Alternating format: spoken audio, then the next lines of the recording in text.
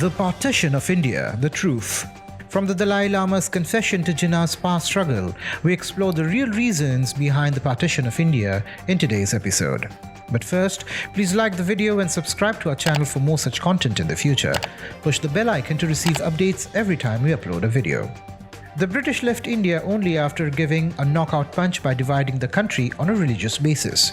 However, it was not only the English who were to be blamed for the unfortunate incident. Jawaharlal Nehru and Mohammad Ali Jinnah were equally responsible for the blood-ridden history of India and Pakistan. During an interaction session held at the Goa Institute of Management, Dalai Lama, the supreme spiritual leader of the Yellow Hat school of Tibetan Buddhism, said Mahatma Gandhi wanted to give the prime ministership to Jinnah, but Nehru refused.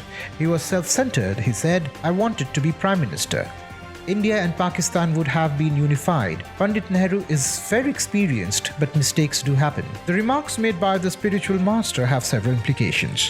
While it is true that our textbooks have created a more favorable narrative aligned with the ideologies of the earlier ruling party, there is a need to understand how power-smitten leaders of the time created a divide on a religious basis. Let us look at the partition from a neutral perspective. There were three players, namely the British, the Muslim League and the Congress. According to Jinnah, it was almost impossible for the Muslims and the Hindus to live side by side due to the cultural and traditional differences. Although Jinnah did not follow any Islamic traditions, he wanted the British to divide and quit India on a religious basis.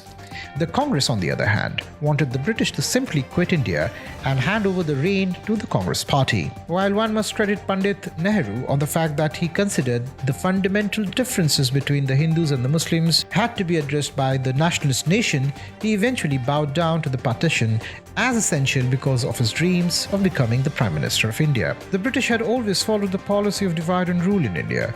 They categorized the people of India based on religious differences. As opposed to examining the reasons behind the two religions coexisting in harmony for several centuries, they worked on keeping the two separate. तमन्ना ये है, मेरी तो आशा ये है, ईश्वर से प्रार्थना ये है कि हिंदुस्तान ऐसा बने कि जिससे सारी दुनिया का अगर आजाद बनना है तो हिंदुस्तान के जैसे आजाद. The policy of divide and rule led the people to believe that the two communities could not coexist in harmony unless a separate state for the Muslims were created. The reason behind the partition was not entirely the fault of the British. The Muslim League, the Congress and the British are equally to be blamed for the partition of India. Follow Air News for regular updates. Thank you for watching.